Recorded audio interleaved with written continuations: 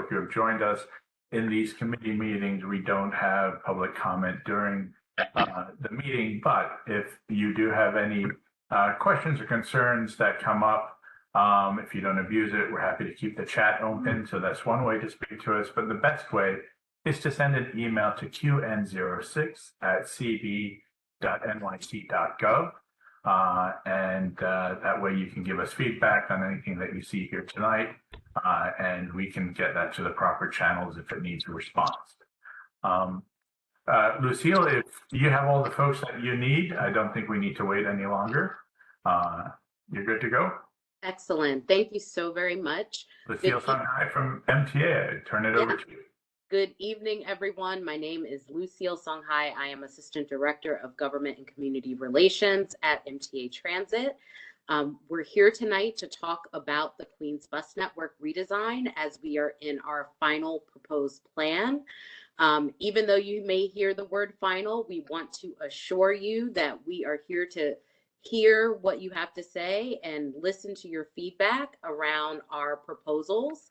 And we're going to be out, in Queens through this first and the second quarter of 2024 to hear from folks, to talk to bus riders, to meet everyday folks that are taking the buses, and really, try to get this plan the best that we can get by really listening and incorporating the feedback that we hear from riders and from communities.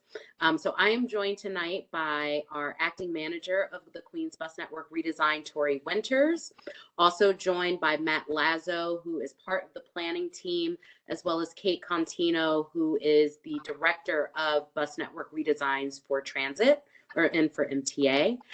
So what we're going to do, just as a little table setting, we do have a presentation that we will go through.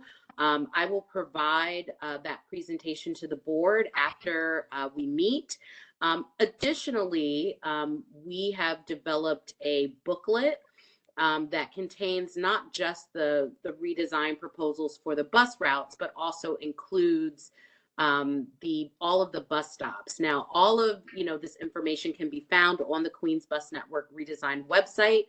If you go onto that website, it's just a plethora of information for you to absorb. You can take a look at, the current existing, bus routes and then also how our proposals may impact your travel.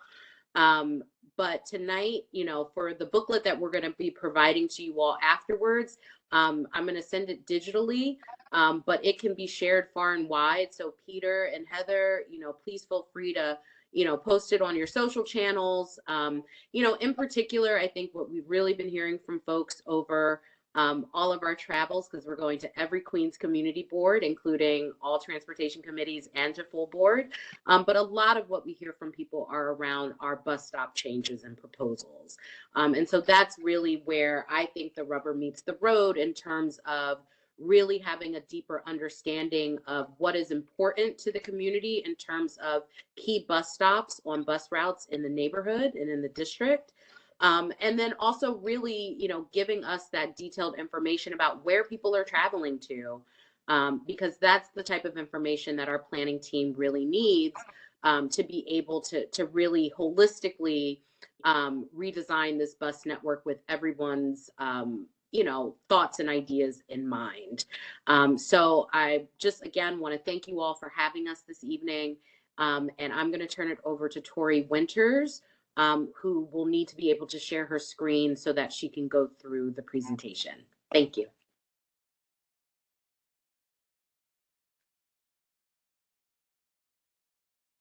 Okay, let me try and... I think, Tori, you should be able to. Okay. This.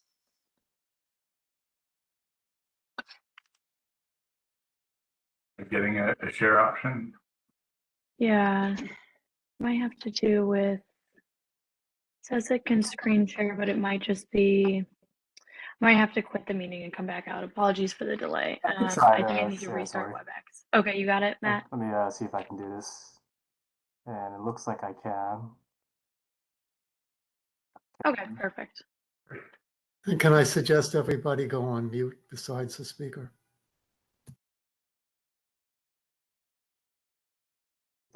Can you see it, Tori? So I'm seeing the notes one, so probably switch the Okay. display. Okay. I'll switch that out. Okay. That's perfect. Yeah. Okay, great. So as Lucille said, we're going to go over a little bit of context for the overview, but then we'll really dive into the individual routes that serve CD6 tonight. So with that, you can go to the next slide, please. We can keep going. Yeah, this is more so if you were to share this packet out afterwards, once Lucille sends it to you all, that you can give a complete packet to someone else just in case they're comparing this or just want to look at a couple of the different profile packets that we've pulled together. But just as a reminder about where Queens stands today as a network and where we're trying to go with it as a result of this project. So today there are 113 bus routes in Queens that serve about 800,000 customers on an average weekday. Queens is certainly a very unique borough in the sense of the size of the network, the reliance on the network, given this is where, the subway ends and the bus really becomes a primary mode the farther east you get. And even if that's not the case, as in where we are tonight, there still is a heavy reliance on bus to be connecting to other boroughs or to connect to other modes. So while we're seeing a lot of growth in the places that, have historically been the hubs, such as Jamaica, Flushing, and Long Island, we've also been seeing that employment centers and other hubs farther away from the subway have also started to really increase in the amount of change that they're seeing, both at the land use perspective, at the demographic perspective, and as a result, travel patterns are continuing to shift at a decent clip. And so this is really our opportunity to take a holistic look at the bus network that hasn't been touched in decades, to really take everyone's feedback instead of doing the patchwork changes that we typically do when we're thinking about, how to best address people's feedback. And so with that, that's why the impetus for the project. Next slide, please. So as we start each of our projects, we survey our customers. So we do this when we are starting on the existing conditions report that we begin every redesign with. Unsurprisingly, what we heard from our Queens bus riders fell into one of these 4 categories here. So the main customer priorities included reliable service. So really the customers want to be able to rely on the bus to arrive when it's expected to arrive. And then that blends into the next one, the faster travel priority. So when people finally get on the bus, they want to be able to not experience as many delays, slow bus service, or have the bus stuck in congestion and traffic. And then as well as they want to have better connections when they are taking the bus or considering the bus as the mode that they're interested in. So this isn't only in reference to bus within the borough, but it could be bus to subway, bus to Long Island Railroad, or even connecting to our neighboring boroughs of Bronx, Manhattan, and Brooklyn, which leads us into the last customer priority, which we heard a lot about as well, is simplifying service. So I think regardless of how familiar you are with the entirety of the bus network in Queens, your area in Queens where the buses are, or you just want to become familiar and want to be able to rely on the bus, making it a network that is easily understandable and easier to navigate for everyone is a win. So what can we do to try to meet these customer priorities? And there's what we call tools in our redesign toolkit here. So some of the strategies that we're considering when we're trying to meet these priorities that have been identified by our Queens bus riders would be the first one, simplifying the network with improved route design. So this could refer to a couple of things, such as straighter or more direct routing, the route type itself, or looking and evaluating redundant service as well as route variants. So when a route has different end destinations and how that might be confusing. Enhancing connectivity, so improving the bus network grid to create new connections and addressing the gaps, not only at the gaps that we can see from our end, but as well as the ones that have been flagged for us throughout the entirety of this project from both our bus riders as well as the operators.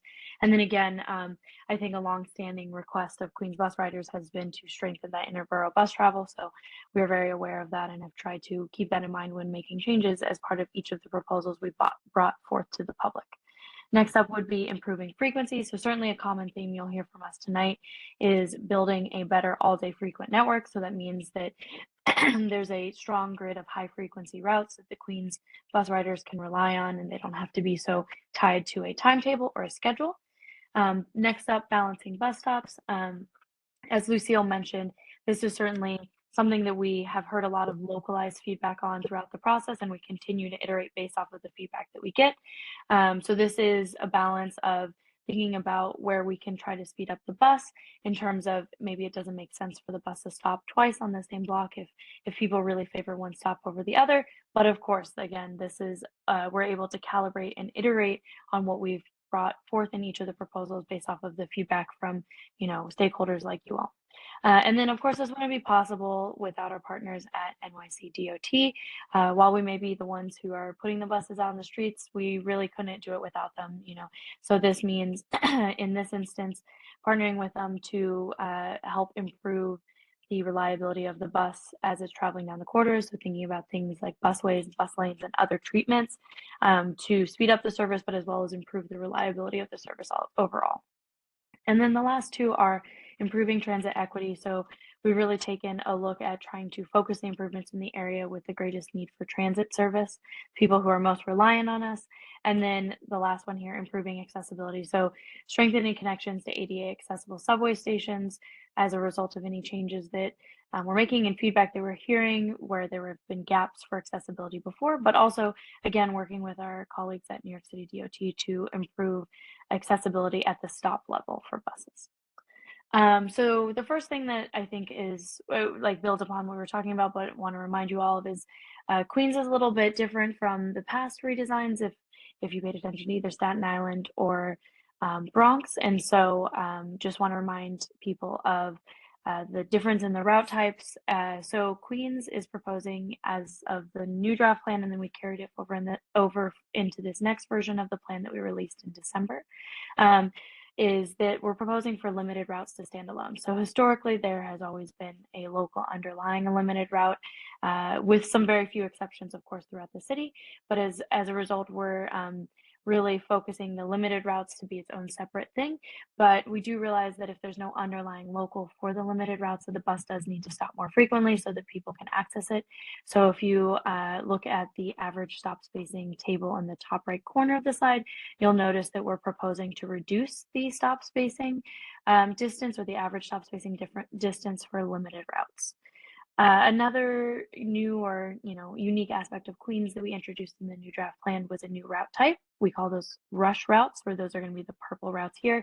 And this is very Queens specific because of the unique relationship to the bus, like I mentioned previously. Rush routes really pair two types of stop spacing into one route. So meaning for the end of the route, where that is the main option or the only option, the bus has local style stop spacing. And then when the bus, gets onto a corridor where there's a multiple bus options, we're proposing for the bus to stop at the key transfer points and the main, community centers or hubs that have been flagged to us. But really the thought is that this route is the option for people who this is their only option at one end of the route, and then we're getting them to the main hubs on the other end of the route or to the subway and rail connections. But of course, this is all a balance, right? So I think we have tried to right size both the route types as well as the stop spacing, but we're going to continue to monitor that throughout each of the revisions that we make and bring to you all. Through this last round, we made sure to see the impact of the stops right now for the proposal that we released in December. And we were glad to see that 83% of riders will continue to use the same stop as they do today. And we will continue to monitor and share that number with each change that we make. Next slide. And then, I think we just want to highlight the corridors that we are, in talks with New York City DOT to study over, long term. So you have three types of corridors here. So I just want to emphasize that this doesn't mean that all of these are happening in coordination with the redesign project itself. The yellow ones are your immediate upcoming corridors. So those are the ones that are kind of like current and now. The teal ones are the projects that have been already completed. And then the purple ones are the primary corridors that have been identified for further study in the future. And we'll be working with our partners at New York City DOT to make sure that we can really strategize the best way to make the bus more reliable. Next slide. And so then while we're going to get into the details of the route profiles themselves, I just wanted to give an overview of the, I guess, the main key changes, or I guess the most commented routes and the key changes since the new draft plan on those. And then we'll get into greater details as we get into the route profile section of the presentation. So at the top left of this slide, you'll notice a tan box, and that's where those are all listed out. We heard a lot about the Q23 in the last version of this plan. So you'll notice as we're going through that the Q23 service from Forest Hills to 108th Street was maintained. The Q38 service along Juniper Valley Road was maintained. The Q64 is no longer proposed to be combined with the Q10.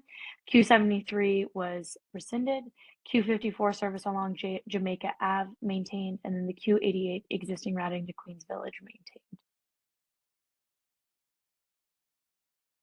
And then I think I have one or two more slides before I hand it over to Matt, but similar to the overview of kind of what's happening in CD6 at the local bus network level, we just want to share an overview of the express bus network. So we're still proposing to move forward with standardizing the labeling for express bus routes, meaning that all express bus routes will have a QM at the front of the number instead of an X.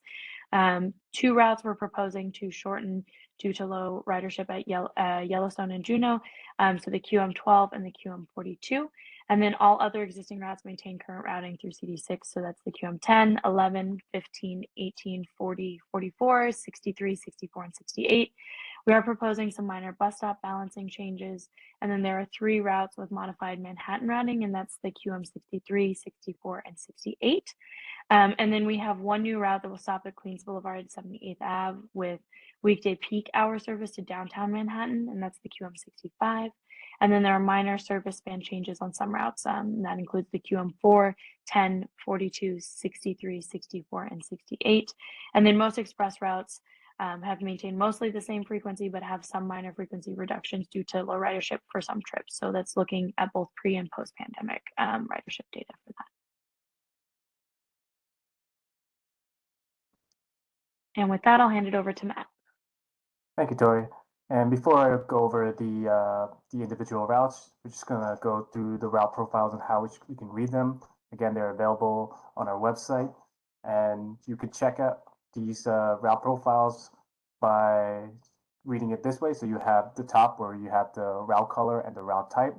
Then you have the route labels as well as the name of the route with the proposed summary. We also have a lot of details such as the stop spacing, the proposed connections, as well as our strategy. And of course, we have our frequency and hours of operations. And after each of this route profile, you also have the maps included or right after each route. And after those maps, you also have the list of stops where we have our proposed stop actions. And you can go through those one by one and see which stops you want to see where we have proposed changes on. All right, so with that, we'll start with the Q10. The proposed Q10 would serve the entire Lefferts Boulevard corridor on all trips, terminating at the Lefferts Boulevard Air Train to JFK Airport, which is the existing limited branch. It would do that instead of serving the Rockaway Boulevard and 130th Street, which is the existing local branch. This shorter, more direct routing allows resources to be concentrated on Lefferts Boulevard corridor, which is therefore increasing speed and reliability and simplifying the service. Service on segments of the existing Q10 local branch would be provided by the proposed Q3, Q7, Q9, and Q37. And although frequencies at select time periods would see a slight decrease, the proposed Q10 overall would actually see an increase in service, and the service would continue to operate 24 hours. The proposed Q11 would be combined with the existing Q21, replacing the 2 Woodhaven Boulevard local routes with a single, more frequent route. The service would have 2 main variants, one being traveling to 157th Avenue and Cross Bay Boulevard through Lindenwood, thereby replacing the existing Q21 service, and the other variant being that it would travel further south via 157th Avenue to serve Old Howard Beach and Hamilton Beach. This variant would combine existing Q11 Old Howard Beach and Hamilton Beach branches into one, and would serve both sides on every trip, doubling existing frequencies. And due to these changes, the existing Q11 service north of the Belt Parkway near the Aqueduct Racetrack would be discontinued. And the frequencies would be increased to match the Q11, Q21 service combined. The service would operate 24 hours between Queens Center Mall and 157th Avenue. The proposed Q23 would be shortened to reduce turns and route length, improving the reliability for riders between Forest Hills and Corona.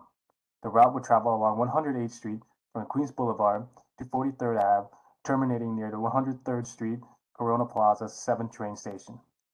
The frequencies would be slightly increased in select time periods, and service would now operate 24 hours on weekdays and weekends. The proposed Q29 would maintain its existing routing, but frequencies at select time periods would be slightly adjusted. Service would continue to operate during the same hours. The proposed Q37 would be extended to serve the Lefferts Boulevard Air Train via the current path of the Q10 local, replacing the Q10 service in that segment. The proposed Q10 would only operate on Lefferts Boulevard. Service on 114th Street and 133rd Avenue would be realigned to Rockaway Boulevard and Lefferts Boulevard for a more direct shuttle path. Frequencies would be slightly increased on weekdays and weekends. Service span would be increased to 24 hours. The proposed Q38 would be split and would no longer operate as a loop route. Service along 62nd and 63rd Drive, Penelope Avenue, Juniper Valley Road, and Metropolitan Avenue would be maintained. Service along Elliott Avenue would be replaced by the proposed Q14, creating new connections to the East Elmhurst and Maspeth. Frequencies would be slightly increased on weekdays and weekends. Service would continue to operate during the same hours. The proposed Q52 SBS would maintain its existing routing, and there are no service frequency or span changes being proposed at this time. Similar to the Q52 SBS, the proposed Q53 SBS would maintain its existing routing, and there are also no changes to the frequency or span of service. The proposed Q54 would maintain its existing routing. Frequencies will be increased on weekdays to provide all day 10 minutes or better service, and no span changes are being proposed at this time. As part of both the Queens and Brooklyn bus network redesign, the proposed Q59 would be streamlined at both ends of the route. On its eastern end, the route would not divert off of Queens Boulevard onto 90th Street or 56th Avenue. On its western end, the route would travel directly to Williamsburg Bridge Plaza instead of looping around Metropolitan Ave, Grand Street, Kent and Wythe Avenues, and Broadway. This would provide faster, more direct routing and focus resources on Grand Street corridor. Service on Kent and Wythe Avenues and Broadway would be provided by the proposed B53 with an increase in frequency as compared to the B32. Service on Metropolitan Avenue and Western Grand Street would be discontinued, but alternative service would be available via the proposed B62 or Q68. Queensbound in East Williamsburg, the proposed Q59 would use Gardner Avenue to connect to Grand Street to avoid a difficult turn. Bus service changes in Brooklyn are still being reviewed and will be finalized as part of the Brooklyn Bus Network redesign proposed final plan. And there are no frequency or service band changes being proposed at this time. The proposed Q60 would mostly maintain its existing routing, except for a minor change in its approach to Queensboro Bridge. Bus stop locations on Queens Boulevard are under further review for the future NYC DOT Queens Boulevard capital project. No frequencies or service span changes are being proposed at this time. The proposed Q64 would maintain its existing routing. Frequencies would be slightly adjusted in select time periods. Service would continue to operate 24 hours. The proposed Q72 would maintain its existing routing. Weekday frequencies would be slightly adjusted in certain time periods. Weekday service would start about 5 minutes earlier. The proposed Q88 would maintain its existing routing, and there are no changes to the frequency or service span. Now we'll move on to the express routes. The proposed QM4 would maintain its existing routing. Weekday AM peak would be slightly decreased due to low ridership on some trip. Service span would be slightly adjusted to match ridership patterns. The proposed QM10 would maintain its existing routing, but the weekday PM peak frequency would be slightly decreased and spans would be adjusted to match ridership patterns.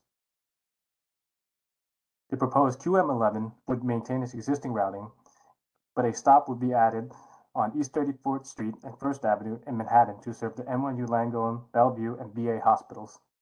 There are no frequency or service band changes being proposed at this time.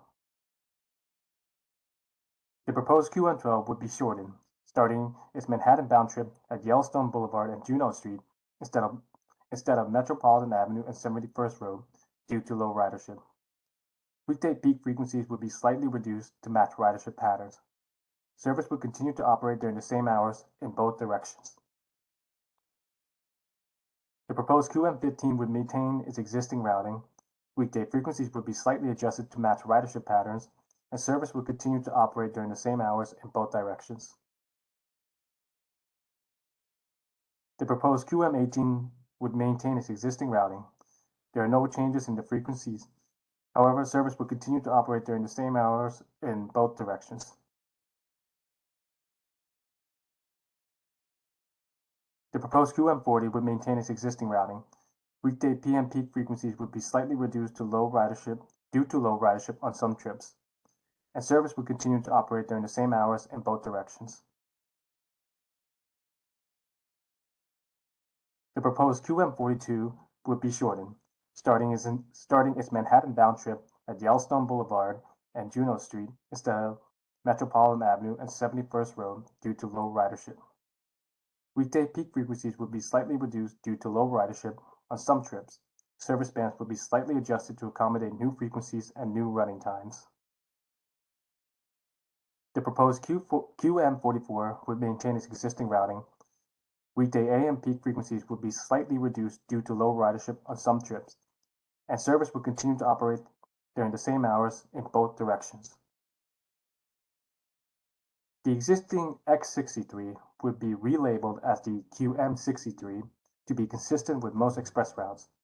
The routing in Manhattan would be reconfigured in both directions to follow the path of the QM21 via 23rd Street, Madison Avenue, and 57th Street. And although the QM63 would no longer serve 3rd Avenue in the westbound direction, the proposed routing is more direct and would bring riders to their destinations faster. Weekday AM peak frequencies would be slightly decreased due to low ridership on some trips. Service spans would be slightly adjusted to accommodate new frequencies and running times. The existing X64 would be relabeled as the QM64 to be consistent with most express routes. Routing in Manhattan would be reconfigured in both directions to follow the path of the QM21 via 23rd Street, Madison Avenue, and 57th Street. And although the QM64 would no longer serve 3rd Avenue in the westbound direction, the proposed routing is more direct and would bring riders to their destinations faster. Weekday AM peak frequencies would be slightly reduced due to low ridership on some trips. Service spans would be slightly adjusted to accommodate new frequencies and running times. The proposed QM65 would be a new downtown express route serving Laurelton and Rochdale with an intermediate stop at Queens Boulevard and Union Turnpike. A stop would also be added on East 34th Street and First Avenue in Manhattan to serve the NYU Langone, Bellevue, and VA hospitals. The proposed QM65 would operate every 30 minutes during the weekday peak hours only. And finally, the existing X68 would be relabeled as the QM68 to be consistent with most express routes. The existing routing in Queens would be maintained. However, the routing in Manhattan would be reconfigured in both directions to follow the path of the QM21 via 23rd Street, Madison Avenue, and 57th Street. All trips would follow this path, and the route would no longer operate 3 different patterns. Although the QM68 would no longer serve 3rd Avenue in the westbound direction, the proposed routing is more direct and would bring most riders to their destinations faster. Weekday AM peak frequencies would be slightly decreased to match ridership patterns, and service bands would be slightly adjusted to accommodate new frequencies and running times. And with that, I will hand it over back to Lucille.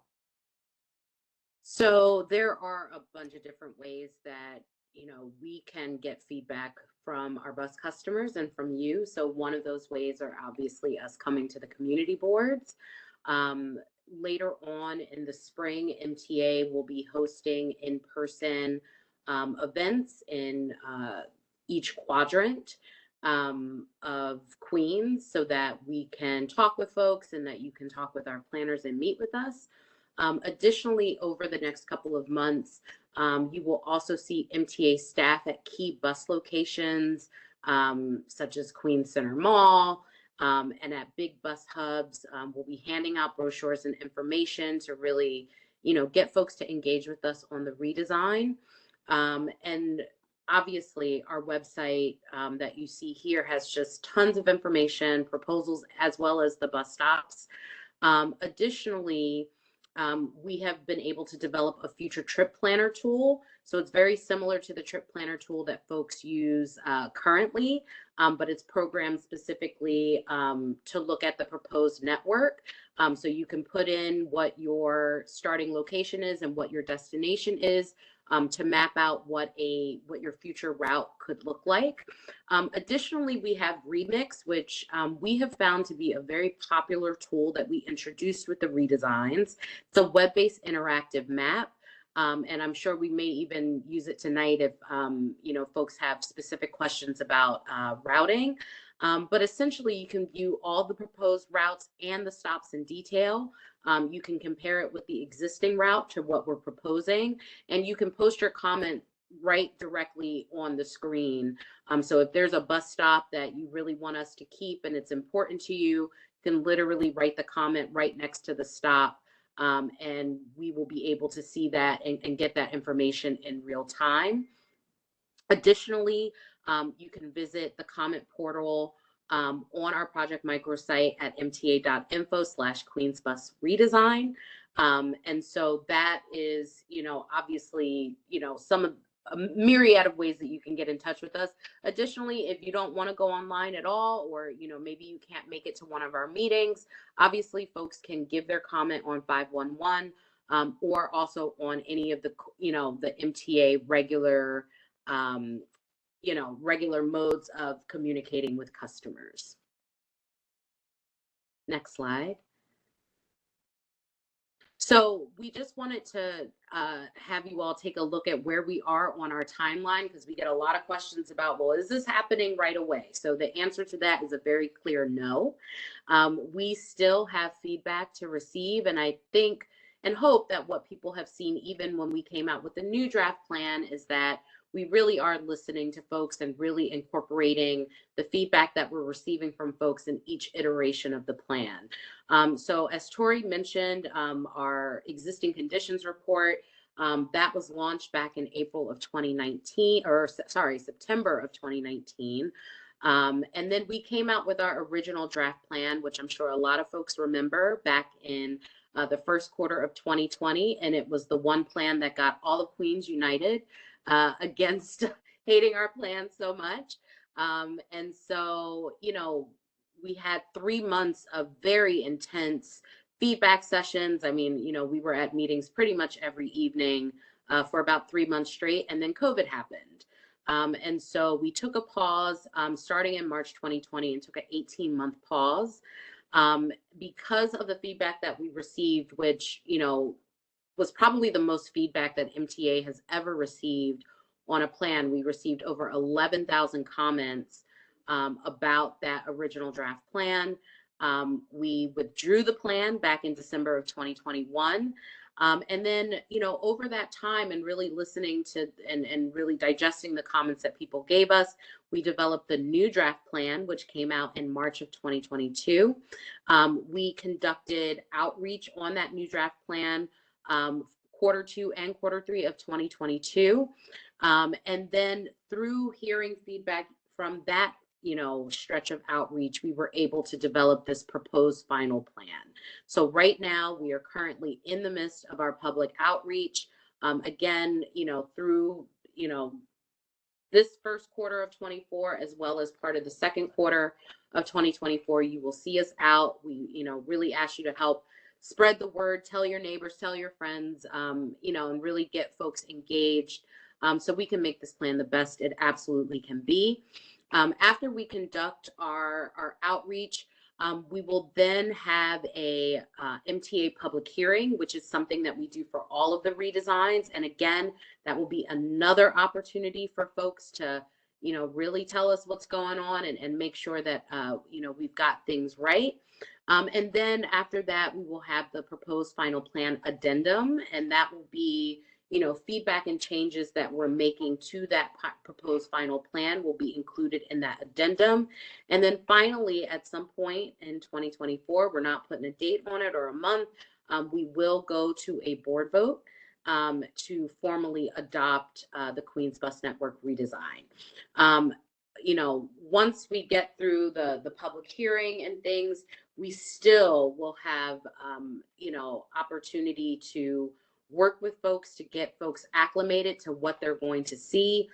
Typically with our implementation process for our redesigns, it's an all hands on deck venture. We have, MTA staff, MTA bus staff out at bus stops, really helping to guide folks and making sure that folks feel as comfortable as they can as they adjust to their new routes and their new stops. And so that is something that we will look to in 2025 and beyond.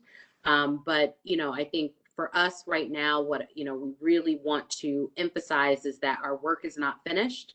And we really are, wanting to get this last and final feedback so that our planners can make the needed adjustments to really make sure that this plan meets every Queens bus rider's needs. So thank you. I wanted to, in my beginning, I forgot to acknowledge, obviously we would not be able to do any of the work that we do on the road without our partners at DOT. So we have Leora Nevins with us this evening. DOT has been a stalwart partner with us from bus lanes, but also with the work that we're doing with redesign. So Leora is here tonight. If there are any DOT related questions related to the redesign that folks may have, Leora will be able to answer those questions. And Peter, we are here and available to answer any and all questions about our presentation. So thank you all for having us. Thank you. That was an excellent presentation. Thank you very much, Lucille, Tori, and Matthew for that.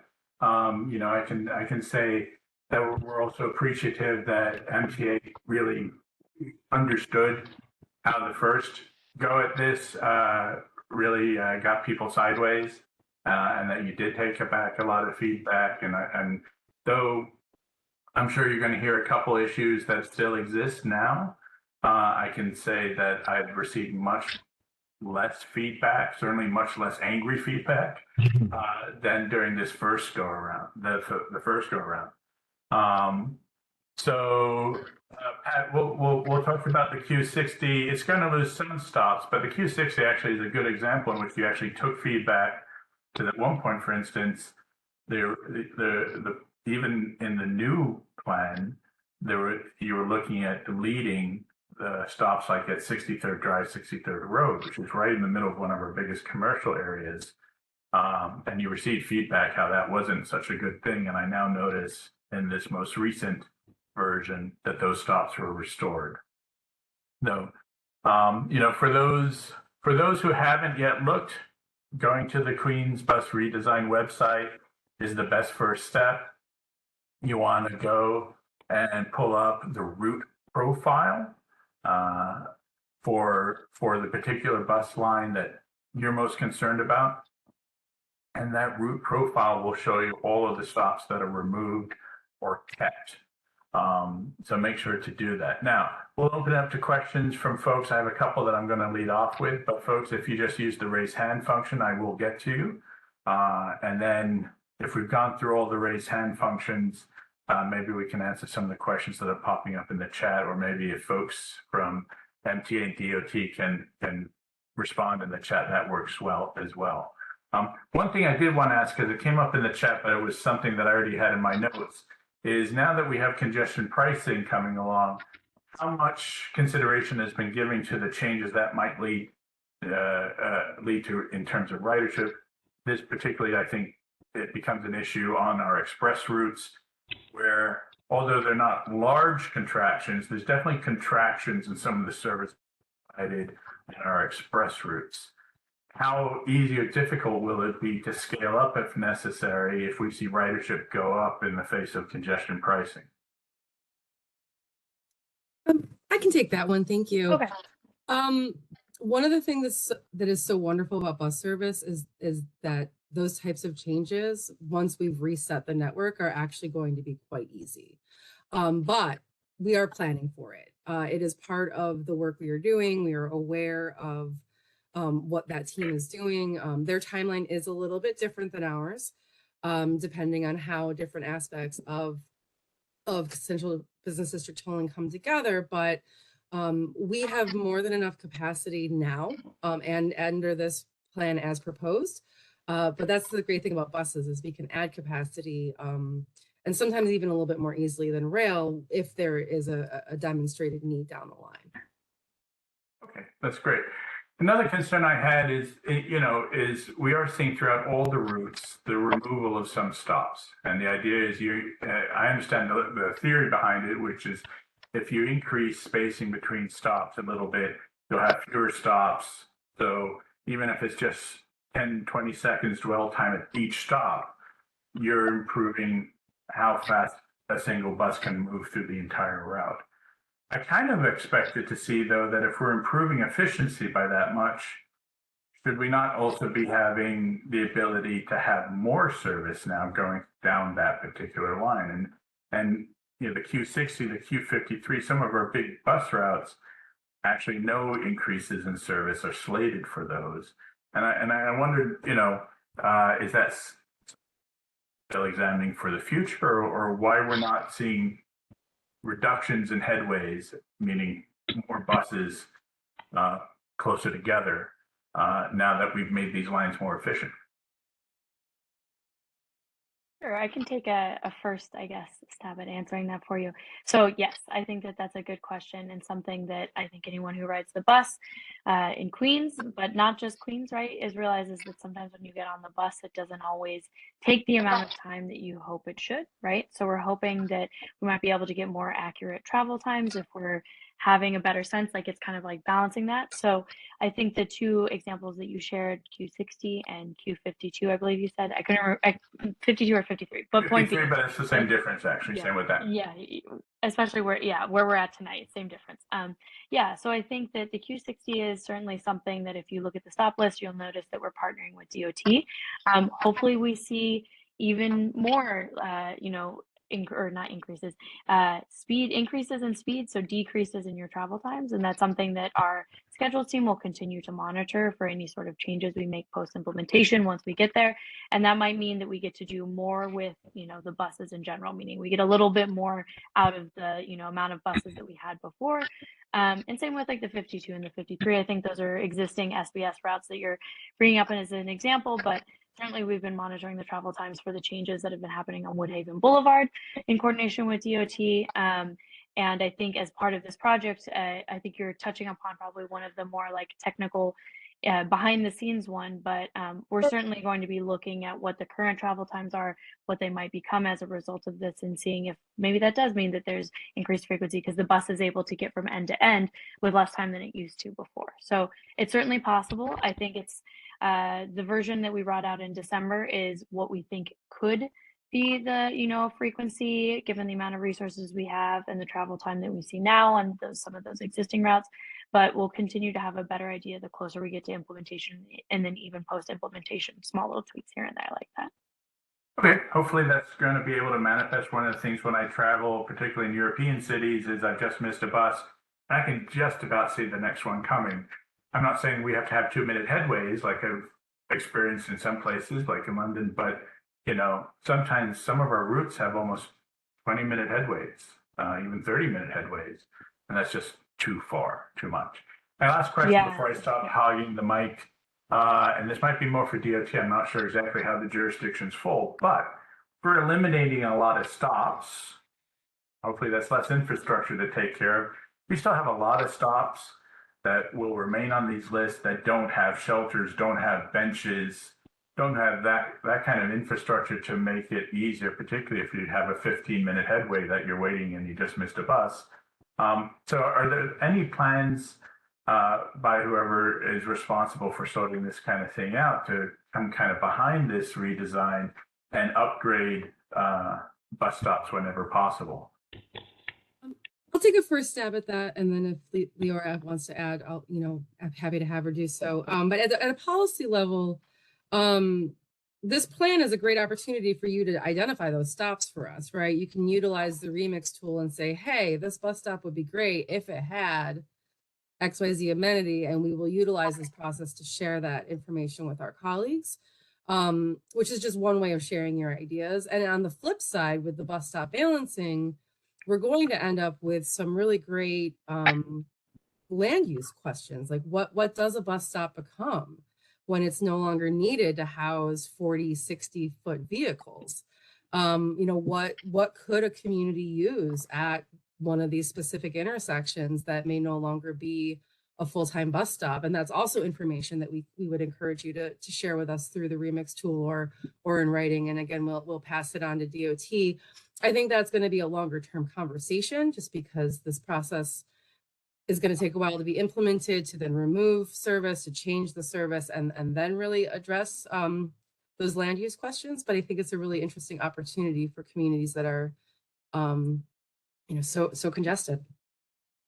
If I could just pipe in real quickly, given the fact that rain is not coming like it usually did in that very, romantic sort of light drizzle, that rain is literally coming like a super soaker. The fact that stations don't have coverings these days, I really think we need to that there's an increasing sense of urgency, especially considering, at least for our community, I can't speak for other communities, but for our community, the folks that are taking the buses are folks that are using walkers and other tools, and to be standing in the rain with a walker or a rollator, even if you're sitting in your rollator, which that's a hell of an awesome design, but you're still having to do that with an umbrella and anything else that you're trying to carry. So I think there needs to be some consideration to the fact that we're seeing a weather change, and our ridership, especially with the Q60, you see it with the 23 too, to Peter's point, when you travel to some countries, you miss one, it's no big whoop to do, because, you can see the other one coming. I've been stuck sometimes, even at night, where like there's Q60s down the road. There's 2 Q60s down the road, but it's gonna be another 20 minutes until they actually get to me.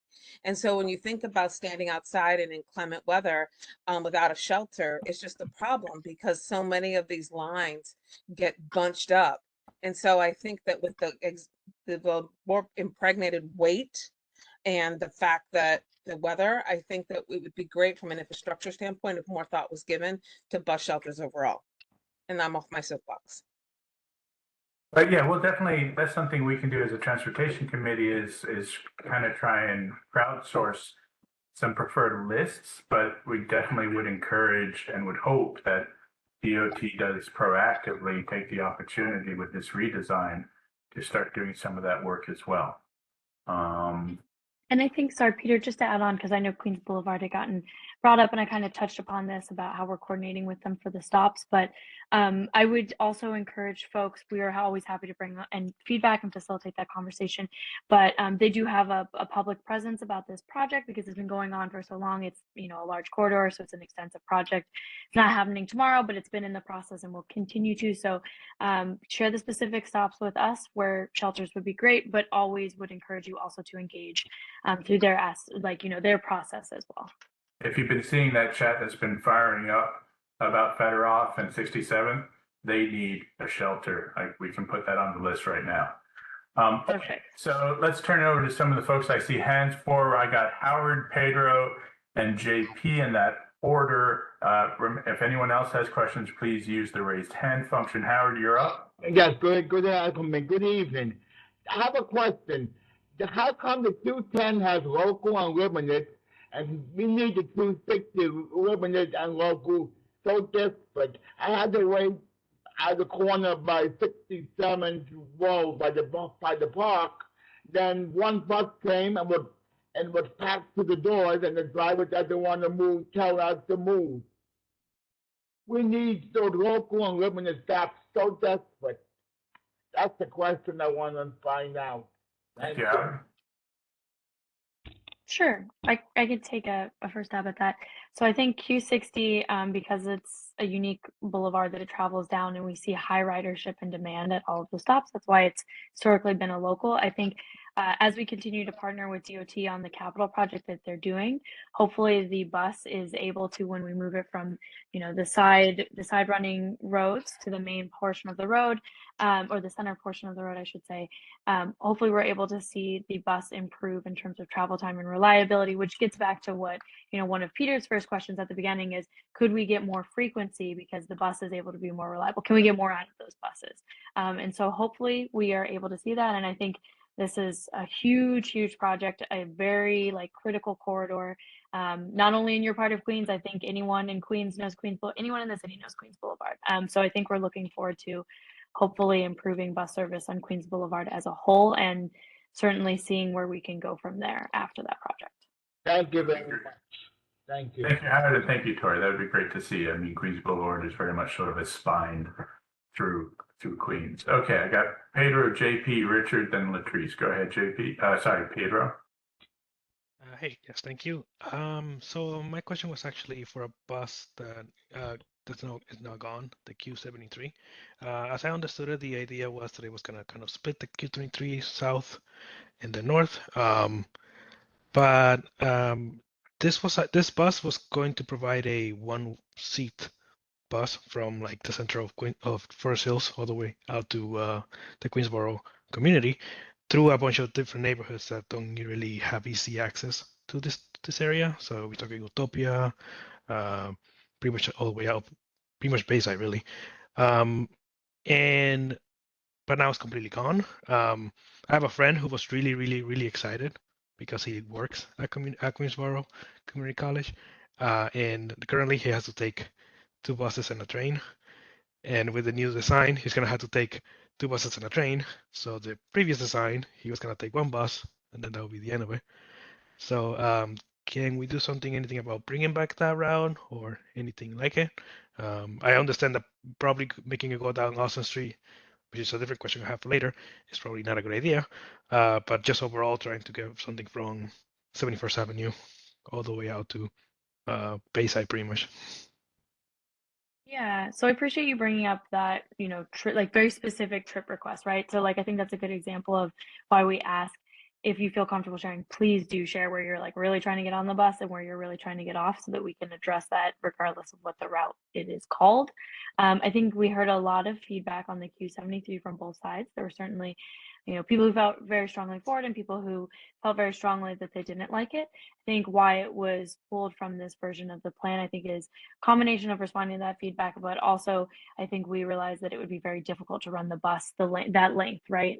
In terms of how the street is today and what would be needed to be able to do that in an operationally reliable and safe way, which is always a balance, right? Sometimes we have good ideas from a planning perspective, and then by the time we start hearing both sides of the argument from the rider perspective, by the time we start working with our road ops folks, who are the people who have to really manage and make sure that service is as reliable as it can be once it hits the streets, and that our operators are able to drive safely, you know, this is what happens. But I will say, so far, in the meetings that we have done since we have started kicking these off in January, you're not the first person to bring up that trip. That's still that it's a very desired trip, regardless of whether it runs the route that it did before, but at least those beginning and end points. And the fact that, yes, it's right now, it's a 2 to 3 leg trip. It would be great if it could get down a little bit, or, you know, to 1 leg.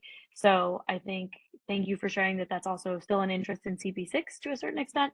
And we will definitely be considering that along with everything else.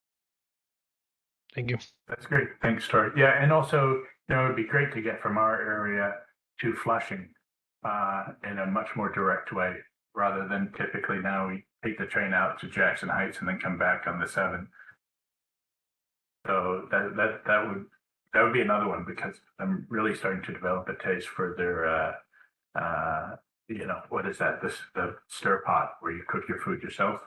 Hot pot. Hot Yeah. pot. Oh, it's brilliant. Yes. Okay, JP, then Richard, Anicia, and John. JP. you're up. You're muted. Yes, thank you so much. So Valentine's Day 2020, I put in a FOIL request for all MetroCard swipes for buses system-wide. FOIL people said, that's too much data. We can't give that to you. My question is, why isn't MetroCard swipes for the bus system put out in New York City open data, just like taxi rides are and MetroCard swipes for the subway system? Thank you. Anyone happen to have an answer for that, or at least pledge to take it back to headquarters and let them know more open data is better? I've heard a million times that it's all based on ridership. Where's the open data to prove that? Ridership isn't based entirely on MetroCard swipes, but we are going to have to take that one back. Thank you. Thank you, Kate. Okay, Richard, you're up. Good evening. So a couple of things, I posted it in the chat, but I'll bring it up here. The first thing is the question of the fact that there are multiple, like I think at least 3 or 4 new high rises that are in the process of going up along Queens Boulevard between Rego Park and Forest Hills, which will certainly increase both bus and subway ridership in the area. And I'm wondering if that has been taken into account in planning where bus stops are and how frequently buses are coming.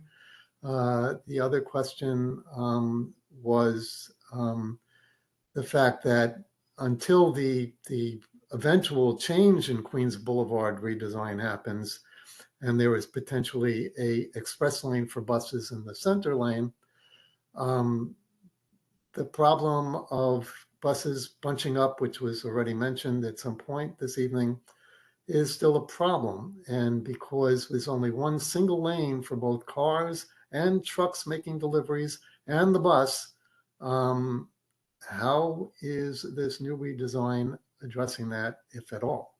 Thank you. Yeah. So I guess I can take the first one. So as I said, the Queens Boulevard project is long. It's a long corridor, so it means it's a lot to look at it, and so they're doing it in phases, and we're coordinating with them on each of those phases. I'm not sure where we will be in terms of any changes that are happening at the time, and depending on how redesign moves along and implementation, like Lucille said at the beginning, we haven't set a date on implementation yet. We're like really focused on doing the feedback. Obviously, if everything moves forward and as it is now, like there's a series of steps that we have to go for before we can even start planning for implementation.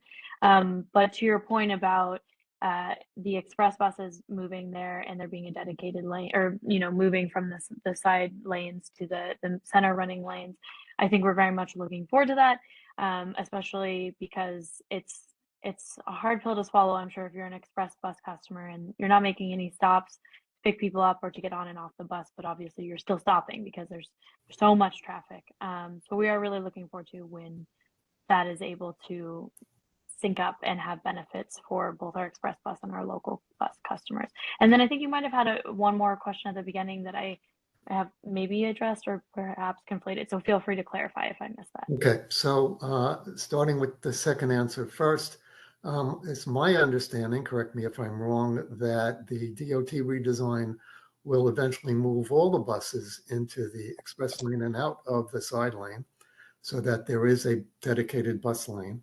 But I could be wrong about that.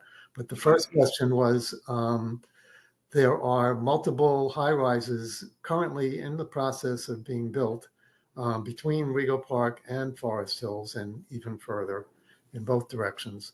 But specifically in that short distance between Rego Park and Forest Hills, there are 4, and there will probably eventually be a 5th going up.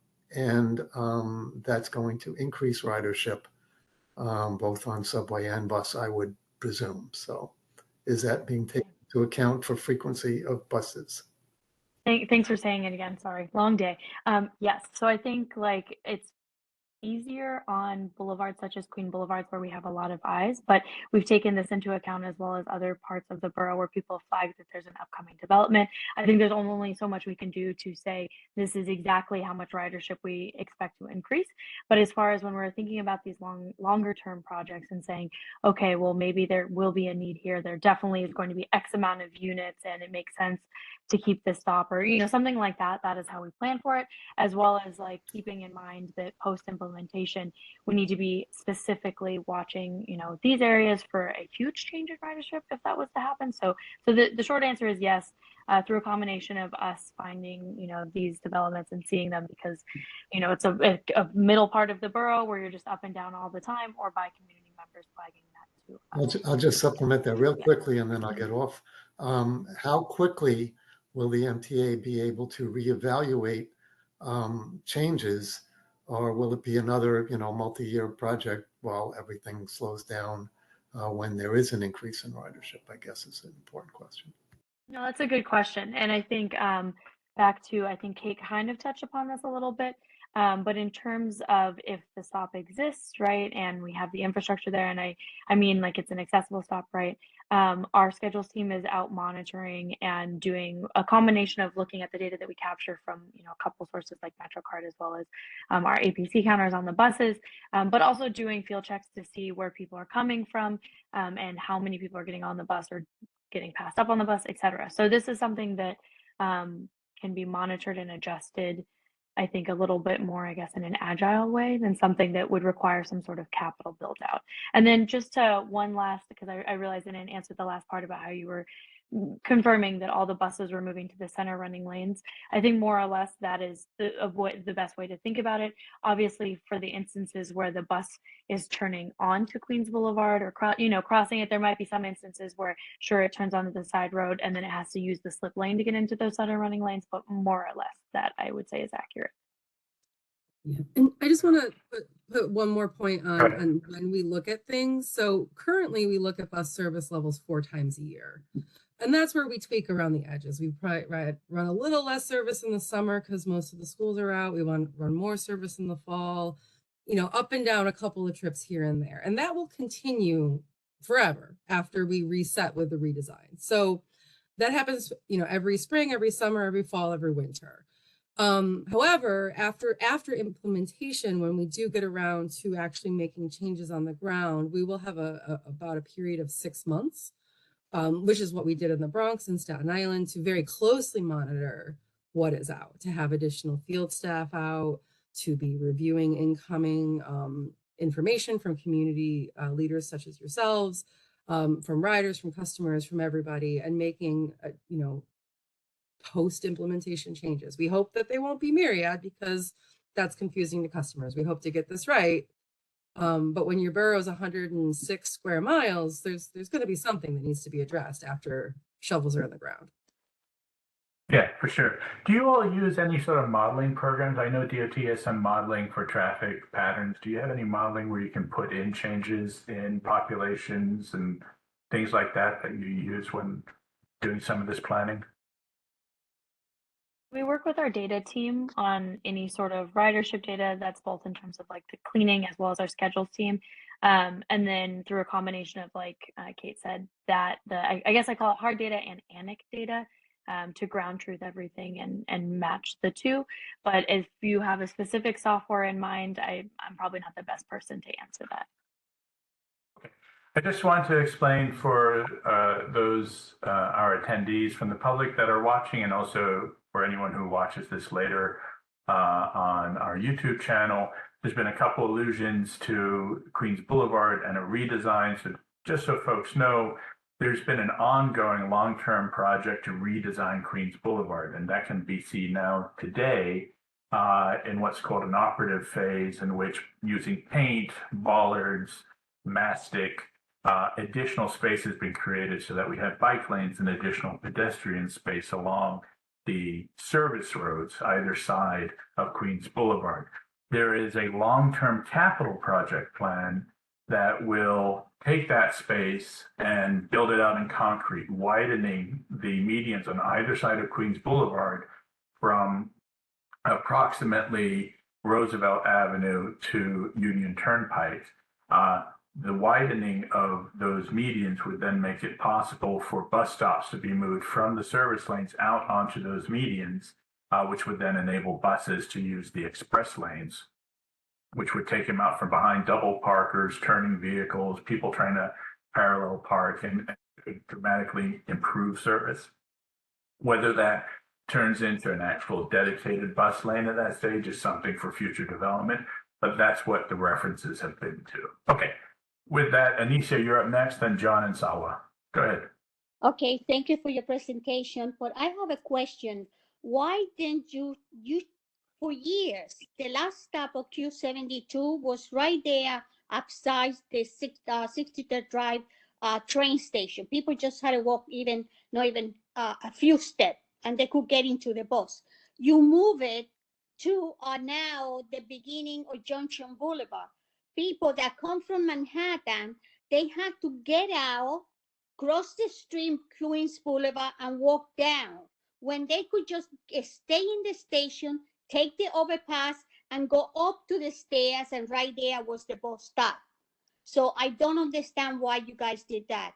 My other question is, I have a confusion now with the Q38, the Q14, because I'm now concerned how the Q38 is going to continue going down Junction, make it right on 57th Avenue, then another left on 97th Avenue, go to Dawson Street, and then turn another right to 99th Street, all the way to the street that is parallel to the Horace Harding Expressway. Is the Q14 going to take that route, or you going to discontinue that route from the Q38? Because I'm confused with that area. Of course. Yeah, so the first one I want to address is the Q72, and I think Matt is going to share his screen since he has the capability to do that or the permissions. So the Q72 changes at Queens Boulevard, we have not changed. So you're talking about the ones that are around Rego Park Center, correct? Yeah. So apologies. No. It's at the end, the last stop of the Q72, which I think is 67th Road and Queens Boulevard, right there in the corner. 63rd. Yeah. Yeah. Mm-hmm. Yeah, it hasn't changed. Yes, it did change, because you don't, when they drop the passengers, if you cannot go into, the new people cannot go into the bus. They have to walk a block and a half to get the bus. That's the first stop of the bus, right by Junction Boulevard. On Junction First stop has always been on Junction Boulevard, Anisha. The last stop is at 63rd. For years, that was the last stop and the first stop. And then they changed it. They moved it by the side of Marshall.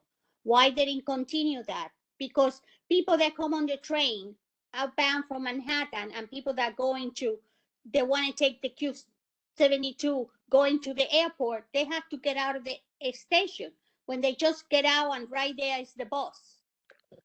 Got it. So just to make sure I'm hearing you correctly, it would be nice to have it at the same first and last stop on 65th Drive. I'll just say, we haven't proposed to change anything as a result of this redesign, so that change probably predates our familiarity with it. But it's certainly something that we can ask. Maybe it has to do with space, but it's helpful to hear that would be the preference. No, it's safety. It's safety. You know why? Because that block and a half, they had to walk to get the first stop. They had to cross out 67th Drive and Queens Boulevard, which cars are making a right turn right there, and it's not a light that I've been requesting for years just for pedestrian. So it's danger for pedestrian, mothers with shopping cart and baby strollers and all that. So if you do it right there, it's going to be safety for the people that they have to take the Q72 going to the airport. But wait, Anisha, may I step in for a minute? As someone who uses that station frequently, if you're on a Manhattan-bound R train and you're at you're in the first car where the train operator is, you exit at that. You exit the subway there. You come out. You turn the corner, and the Q72 is right there. That's correct. I know you're talking about the exit, the 24-hour exit that's currently closed right now because they're doing construction. That's the last stop on the Q72. But if somebody is coming out of the subway and they want to catch the Q72, they have to be in the first car where the train operator is. There's Manhattan bound. If you're Jamaica bound, you would need to use the exit that Anicia is talking about because you have to cross over or cross under. Yeah. Yeah, but there's construction going on right now, so they're Right gonna now, have to that's cross true. the street anyway. Yeah, right now that's true, but hopefully that once that construction is done, I mean, I've always known the 72 is starting where it is now over on Junction, but Anicia is right. Since the bus is already stopped, since it's at its terminal, if it can begin there as well, that doesn't really result in any sort of operational change. It's just you tell the drivers they can receive new fares there. That would be better. And you could tell that it was that stop all the time because it's one of those booths that had chairs and everything. I mean, a bench for people to wait when the bus were coming in. That was there all the time. Okay. Yeah. So And it's my helpful other for us to question take back, is, it was the new change with the Q14 and the Q38 in the back with left rack on 99th Street. Who's going to cover that area now? So, sorry. So you're saying going towards the LaGuardia or coming away from LaGuardia? No. Or going westbound or eastbound? No, Yeah. this is nothing with the 72. This has to do with the Q38 and the Q14, the new Q14. Yeah. 38 doesn't go near LaFrac anymore. Yeah. Yeah. So it will be the 14. So yeah. So it'll be the 14 picks up the Q38's LaFrac city service. That's the proposal of it. And what is So the that if you were looking at the Q38 and it kind of like does like a sideways, like a V, the top part will be picked up by the new Q14, which goes up to like LaGuardia, up to Ditmars Boulevard. And you can see Matt, I'm like walking it through with my hands, but Matt's also showing you on the screen. And then the bottom part of the Q38 is still the Q38. So if you're trying to get like basically up closer to LaFrac City, you're going to want the Q14. Okay, thank you. Yeah, of course. Thank you, Anicia. John. Okay, thank you very much. And at first, I'd like to compliment MTA both by its presentation and by its responsiveness to many of the concerns that were made. I think while there certainly are concerns, and I think Anicia raised some very good points, I think most of the things that were raised originally the first time around have been addressed in a very positive way. One thing I wanted to talk a little bit about is I do share Pedro's concern about some of the impact of that loss of that proposed 73 route that really would have expanded access to certain areas. And I do think that the MTA should look at it. On the other hand, I want to make as clearly and as categorically as possible that any kind of resolution there should have nothing to do whatsoever to tinkering with the Q23, and that the Q23 must at all times remain exactly as it is proposed now. I think the fact that it now starts at Roosevelt and doesn't go into East Elmhurst removes an area which included a tremendous amount of congestion when the buses were nearing Roosevelt. That probably contributed to the bunching problem, which was a problem with the 23. Since we'll stop at Roosevelt and not have to deal with that, I think that should make things somewhat better in that regard. But I do think that, as I said, there are real issues regarding access to the communities that would have been served by the Q73 and should be addressed, but they should not. But don't tinker with the Q23. I think that was a mistake that you made. I think you corrected it, and you don't want to repeat it. So I'll leave it at that. Thank you, John. Salwa. Thank you. Hi. Thank you so much for being with us and for sharing all this awesome data and anecdata. Fantastic term. I just wanted to both echo the, Heather mentioned about, this ongoing climate issue that's, making bus stop shelters incredibly important. And I wanted to echo that.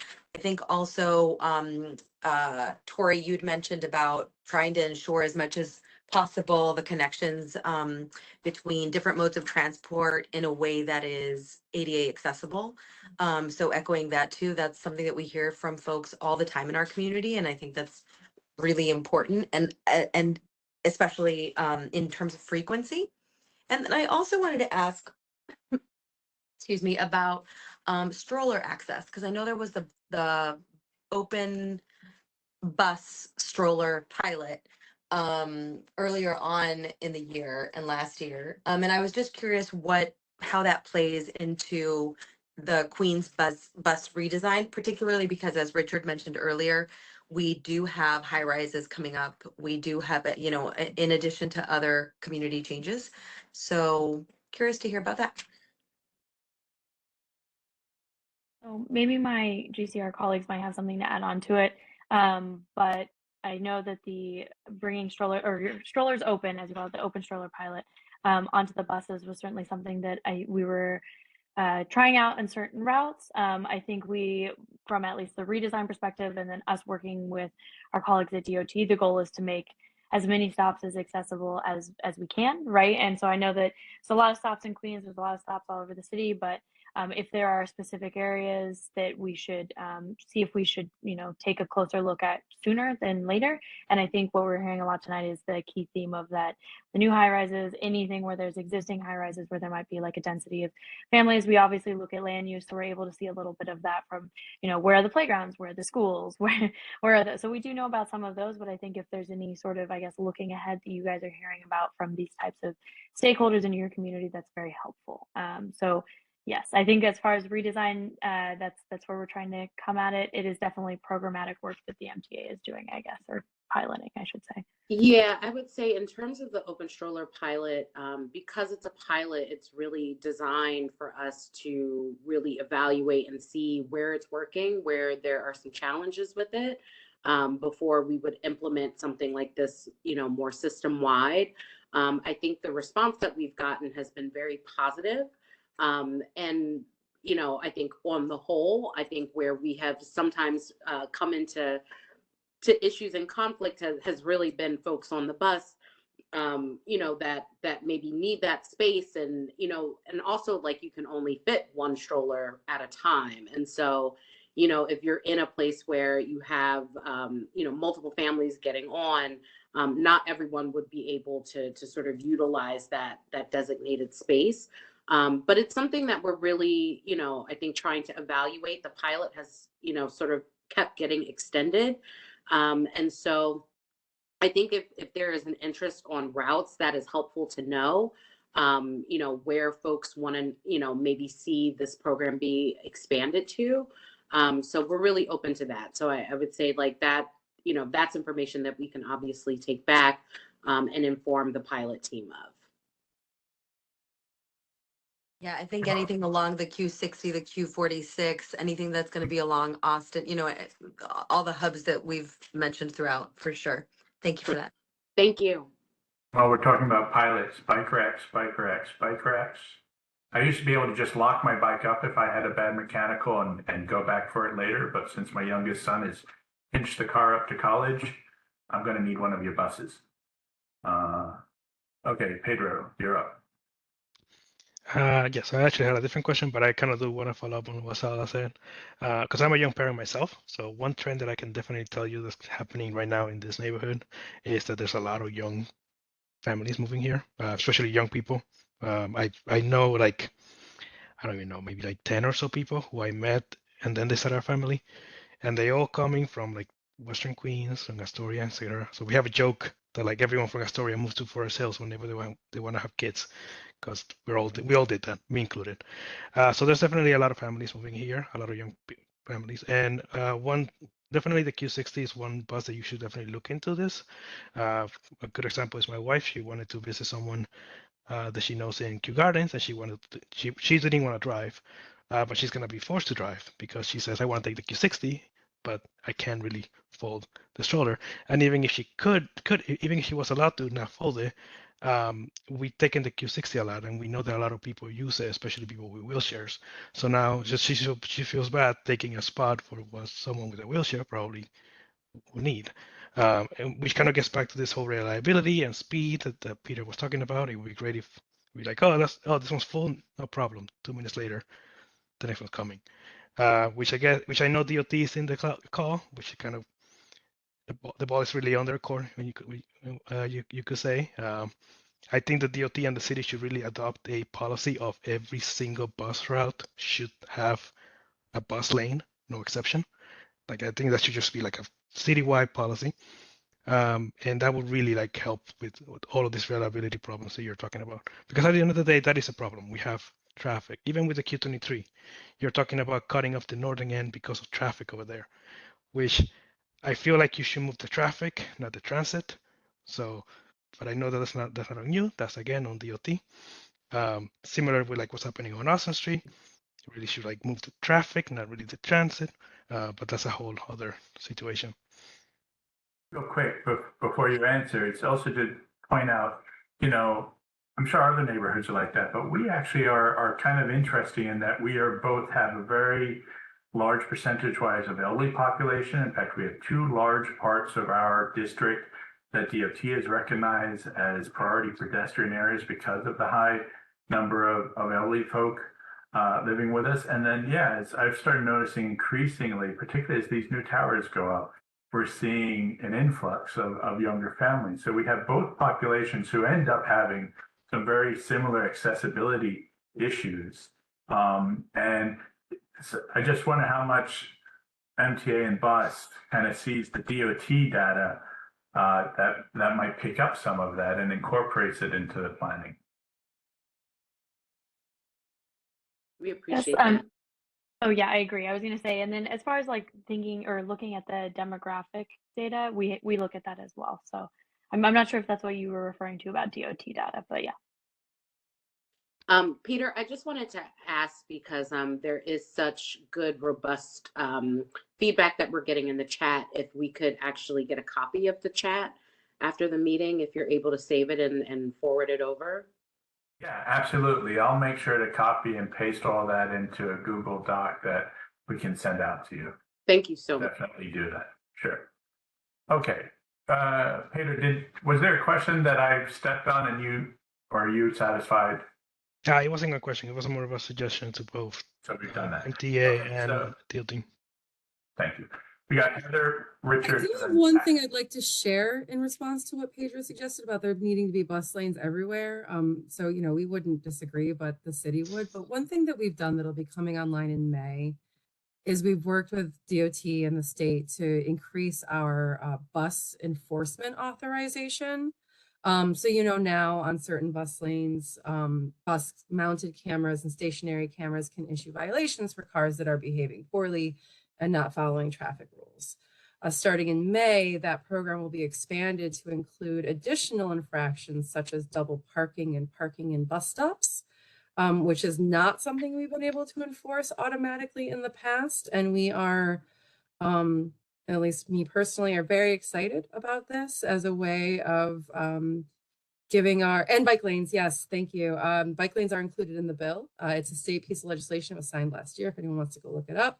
It's not a panacea. It doesn't solve all of the important issues you raise, but we do think it will be helpful in, mixed use and dense communities such as yours, where certain people think they own the road and they don't.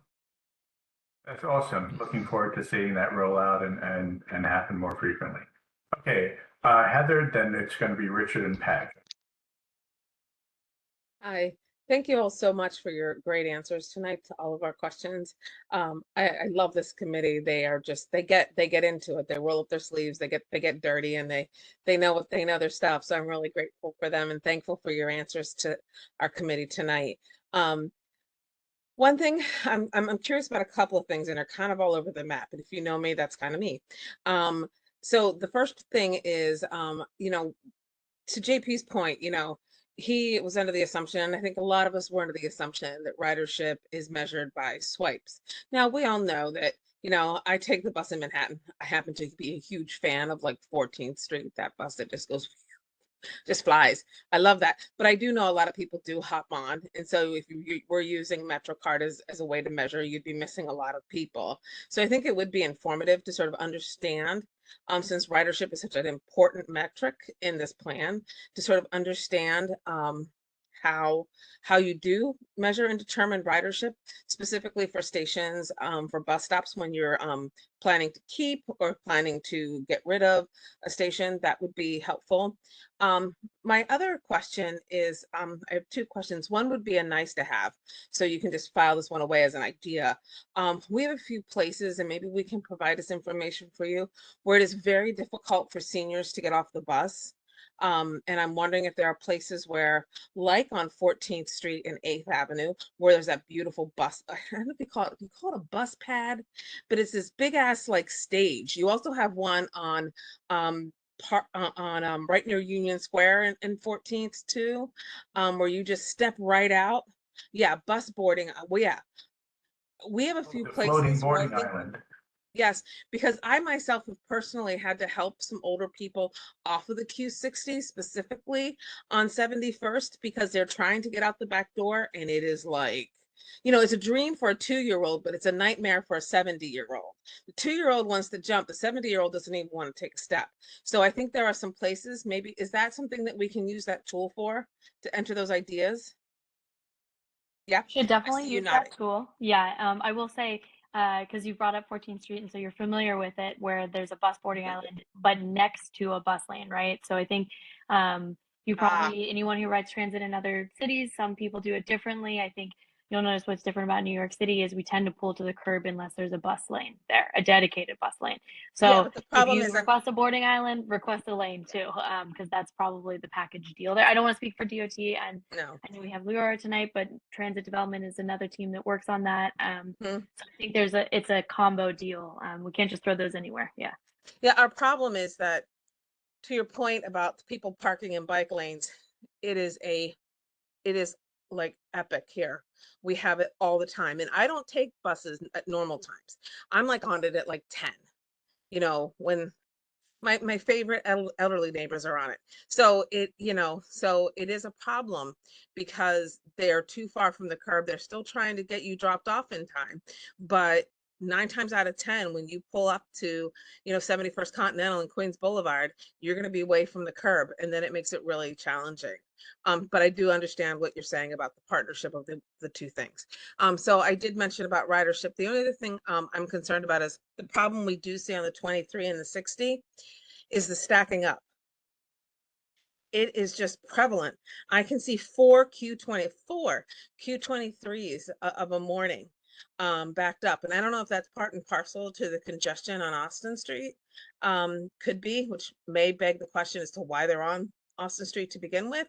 But on the Q60, you can literally have 2 or 3 of them together, and you can be waiting. Like, I know as soon as I see 2 of them together, that the next people there are going to be waiting a damn long time, because it can be easily 20 minutes. And I'm asking myself why there isn't some type of pacing that if 2 of them get together, like at the next station, one hangs back, at least another 5 minutes to provide, or at least a traffic light's worth to provide some spacing and hopefully sort of moderately rectify the problem, because this is a prevalent problem. And I mean, I have many times gone onto Twitter with pictures of what the app is saying to me, and you can see these very large gaps between when the 60 had left and when the next one's coming. So ridership and then the stacking up. Sure. Yeah, so maybe I'll do the stacking up one now because I think you touched on some good examples. The Austin Street on the Q23, stacking up on both the Q23 and the 60, and some of the difficult conditions that we just operate in. I think I'll talk to the Q23 first. I think just like in everywhere else in Queens, where the street grid decides to do completely the opposite thing depending on where you're crossing over to, I think that's the U23. We want to serve that community. That's why we've kept it there, but it's very limited other places that we would be able to adjust that routing while still serving there, right? And I think one of the constraints is some of the crossings in which we could go under or can't go under because of clearance or because of turns that the bus can make. So yeah, I think we hear you, but we also heard a lot about from people wanting to still have service there. And that's a fair point. I mean, there's ridership down there. So I think that's certainly something that we contend with throughout New York City. And we think a lot, or we've continued to think a lot and try to strategize a lot about as part of the redesign. As far as from, that's, I guess, the planning side, and us trying to marry what we see with the data from you guys all saying this is what we want and this is what we need. But also as we've gotten to this stage and we'll continue to, and obviously when we move towards implementation, when and if we get there, is the people who help us, you know, really make sure the service is working out on the streets. And I say working, meaning it's getting there. I know that there's different levels of what working is. And to your point of, you know, if there's bus bunching, is it really working as well as it could? But we're working with our road ops and our dispatch staff that is in the field to always improve with the changes that we are able to make from a scheduling perspective and a planning perspective, if there's a way that we can make it easier, right, for the operators, because the operators are probably just as stressed. They don't want to be running late. They don't want to be, you know, like they want to do a good job for you all as well. So certainly something that through this process, we've been able to really highlight some of the pain points that we knew about, some of the ones that we didn't know about, and thinking about for as we go towards implementation, how we could potentially address those. And then the ridership question you're just asking about viewing ridership, or like I wasn't sure what that meant. Well, two things. It was the ridership was sort of, how do you measure ridership? Like, how do you determine that one particular stop has a dip in ridership, and it would make more sense to eliminate that stop since there's, you know, this one over here, that one over there. Like, how do you determine high ridership? Because if it's not swipes, links in. then what is it? What, Heather, Kate just put a couple of good links in. Sure, but I think it's a really fair question, so we can kind of give it to you in a nutshell. It's complicated, but it's a combination of the MetroCard swipes, Omni swipes, student MetroCard, cash, coin, and then what we referred to in jargon, as someone did rightly point out, the APC counter. That's the automated passenger counter. It is a system that is being deployed on new buses as they come into the fleet. It is not universal, but it is on a large number of buses. And then there is some modeling involved. We have to make some guesses because we have a large fare evasion problem, which I'm sure you folks see. And we are working diligently in this project to make sure we're counting the people on the bus, not the revenue collected at the stop, because we want you to be comfortable in your ride. We want to be putting out enough service to take all the people to where the people want to go. And we have heard in some of our other meetings recently that we're seeing some newer crowding issues. We're seeing some demographic changes. If there's a concern in your community today, we will take that back. It doesn't have to wait for this redesign implementation. We are dealing with bus customer concerns in regular time as well. I did share a couple of really wonky resources. I know an open data portal is not accessible to all, and sometimes the links within the portal are not clickable. So if you go in there, there are some newer data sets. To JP's point, these were not available in 2020. These were published in 2022 and updated about 6 months later. As we are redoubling our efforts on transparency and open data access. So these are newer data sets, but they take a snapshot, right? They look at 1 hour across the system, and they help us create baselines. And we do this a couple different times a year. Now, my planning team is going to correct me where I got that wrong. If I did. Thank you for this. My only follow-up to the Q23 explanation is that, you know, it's being kept there to serve that population, to help that population get to where they have to go. But I don't know necessarily how we're serving that population well when that population that 9 times out of 10 is on a walker that's standing outside in the rain, waiting for a bus for 20 minutes because they've bunched up. I don't know that we're serving them as well as we can. Right. And that's my concern. Is that a lot of times in our, we're seeing it a lot. It happens on the, I see it on the 16 and 23 a lot. I don't take the 23, I do take the 60, but I walk around there enough to know when you cross in front of the precinct and you literally see the 23s. And then the other problem with the 23s are they are one of the #1 perpetrators of blocking the box. And they're causing a problem at Continental because they're pushing through because their persistence of being on time, and then it blocks. So I have many times, you know, we have a Barnes dance there now. And so you'll see people trying to cross the street safely, and you're actually allowed to crissy-cross there to cross. And because the bus is there, you can't do that because they've run the light and now they're stuck. And it happens a lot along that route. So not only is it being bunched up, but they're also causing problems with a safety maneuver implemented by the DOT to keep people safe. And the thing is now with that new barn stands, people can only cross the street, you know, their opportunity to cross the street is fewer than before. So they're really ready to go when it's time to cross the street. So those are some things that if we could just, you know, work on that, I think it would be really, really impactful to the community. And now I'm going to stop because I could talk all day. Peter knows this.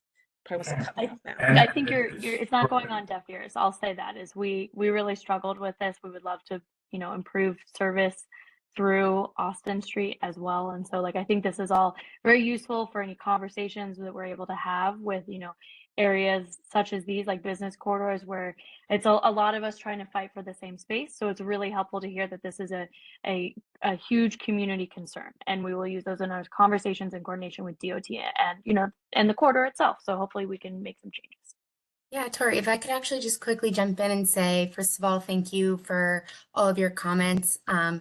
And that at DOT, we're paying very close attention to all of the findings that come out of the comments in this outreach process. So I may not have all of the detailed answers, but yes, we're paying attention to the comments. So thank you very much. And I'm glad I'm getting to listen in and take notes. That's awesome. That's great. Okay.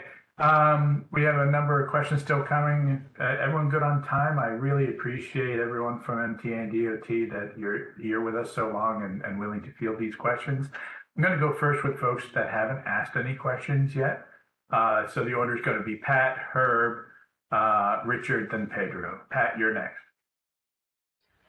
Hi there. Thank you very much for your presentation and your time. I have a number of questions. They're very quick.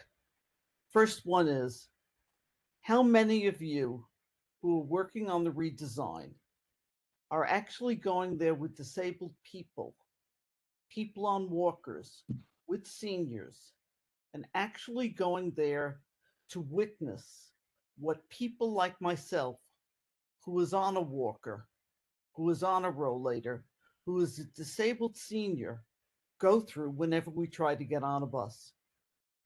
Question number one, could you kindly answer that? Sure. Yeah. So as far as us going out and into the field, we've been doing that regularly throughout the course of the project. And I think as more and more of the project ramps up and potential changes that we hear from people that would be a great request and need to investigate, we're going out there. I will speak for myself, at least as far as my own physical capabilities. I'm not using a walker or a wheelchair, so I can't say that I'm doing that. But as far as going out in inclement weather and trying to get a sense of and see various different types of people who are using the bus, that's always been our goal. And I think that's important, is for us to be able to understand and have the experience, so that when you guys are sharing those experiences, your own personal experience, or if in the event that your neighbor can't be here or whoever you are speaking on behalf of, that we can actually draw on what we've seen. So that's what I can share for you. No one on our team is in that situation of like using a wheelchair or a walker right now either. But as far as us going out into the field, we do think that's very important.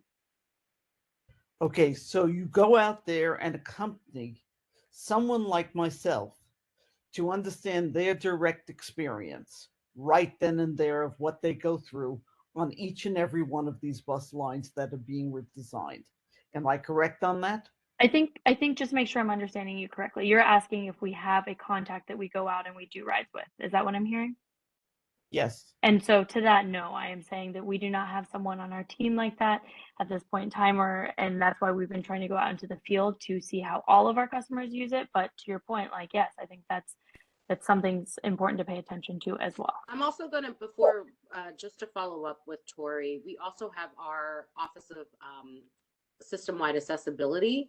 And so they do flag for us bus stops. And, you know, again, we also are hearing from the disabled community when it comes to bus stops and our routes and subway service. So we do have folks that are, using the system that, helps to inform our work. Tori is right that in this particular instance, like we don't have anyone on the team, but it's not to say that we're not talking with our other, departmental colleagues, particularly in system-wide accessibility, and having them flag for us, particular bus stops that they're hearing from their advocates. So, Pat, I want to assure you that, we're not just making, these decisions sort of in a bubble. We are informed by our colleagues, but I think most specifically, it's really important to hear directly about stops. So, if there are stops that you feel concerned about, like I saw someone had mentioned about, us removing a stop from, that's basically like, that would require people to walk up a hill. That is deeply important information for us to have. So, I would say, before you chastise us, please give us the information about particular stops that, from your experience, your lived experience, that we can take that back and incorporate into the plan. Okay? No, because I wasn't going to chastise. I was going to suggest something before I got cut off. What I was going to suggest was I'm ready to volunteer to go out with anyone from the bus design and let them see directly what I go through and how I have to do it.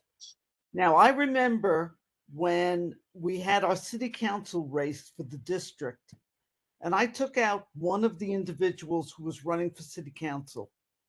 And I said, I want you to live for the next hour the way I live, trying to get around the neighborhood. I handed each of the two people a cane and said, let's try and cross Queens Boulevard safely during a beautiful sunny day. It took 3 minutes and 34 seconds to cross Queens Boulevard at 63rd safely. Whereas we watched other people and we watched other things. Now, it's one thing to take information and for me to say, oh, the bus driver doesn't do this, the bus driver doesn't do this, the stop is this, walking up a hill. It's another thing to go out for a day with a disabled person, watching what we go through, experiencing what we go through, and hearing it one-on-one with what we go through, and experiencing it yourself with a walker, or which could be absolutely the most safe thing you could go through. Watching what we go through, asking a driver, could you please put down the ramp? And the driver saying, I'm close enough to the curb. Yes, but it's unsafe for me to go through unless you want me to fall and we file paperwork and take the bus out of service. Oh, okay, I'll be glad to do it then. Or to watch when you have a senior citizen who has a shopping cart and the bus driver refuses to put down the ramp. Now, I realize you have enforcement, you have other people, and they talk about it. It's another thing for people to go out and experience these things. So I'm asking, who wants to go out and live with me for one day? Let's do 4 hours of what it's like for a disabled person to ride a bus. Who is willing to do it? Anybody here? I think at this time, Pat, we appreciate hearing your perspective and your feedback. And I really look forward to, maybe something in writing specifically about particular bus stops, the bus routes that you take. That would really be most helpful to us at this time. But I appreciate your feedback. I know you had multiple questions and we want to be able to be here to answer them. Thank you for destroying my lovely request. Hopefully the request isn't destroyed, but if you can get specific data, that would be helpful. But, I think Pat's point is well made, is that if you don't already have a plan in place to either work with colleagues or volunteers, that really might be something that is insightful and helpful. So something to consider. But yeah, for now, get specific stops would be helpful. But I hope MTA will kind of give this some more thought. But Pat, go ahead with your other questions. Next question. What are your plans to retrain drivers in teaching them how to make things easier while the bus design routes are taking place, especially when you have drivers who don't know the route? For example, you could say to the driver, I'd like to be let off at Lost Battalion Hall. Well, that's the landmark that somebody in the neighborhood might know. And you have the driver who says, I don't know this route. And you're busy asking, can somebody tell me what Lost Battalion Hall is? And somebody yelling, I think it's 63rd. No, it's 60. No, that's something else. So what are your plans to teach the drivers about the routes on the buses so that for individuals who do not know exact addresses and exact avenues, especially people who are not familiar with 67th Drive, 67th Road, 67th Avenue. Let's let him answer the question. Yeah. So as you rightly noted, there will be a learning curve here, and it will be handled mostly by our Department of Buses, who are not with us tonight. But as we did in the Bronx and in Staten Island, our drivers go through a robust program, but you know, what the route is, they drive it. Part of those checks that Tori alluded to is going out now and like making sure our routes are actually drivable, that they could be bus routes, especially where we're proposing some sort of route realignment. But that is the type of thing we are asking for suggestions about. So if you have one, how should we help drivers in the community identify landmarks as opposed to intersections? If that's something that you're experienced in, that's precisely what we're out here trying to gather up. So there will be a ramp in. We think that the redesign in Queens will be spread out over a couple of different picks. That's how our operators pick their turf. It helps us divvy up the giant borough into some slightly smaller chunks for both our own outreach and that work that DOT will have to do to change the corridors and the bus stops. We will have a large scale on the ground public education campaign in the weeks leading up to implementation and the weeks immediately following. But it's also, this isn't door-to-door service. You need to know where you want to go, and it's helpful to be able to explain to the driver what your request is. So we would ask for your feedback, but also for your understanding, as this will be a pretty big change on certain routes. All right, thank you.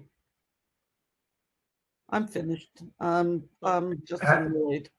Thank you. Okay, Herb, then Richard, then Pedro. Okay, I waited a long time till the end to hear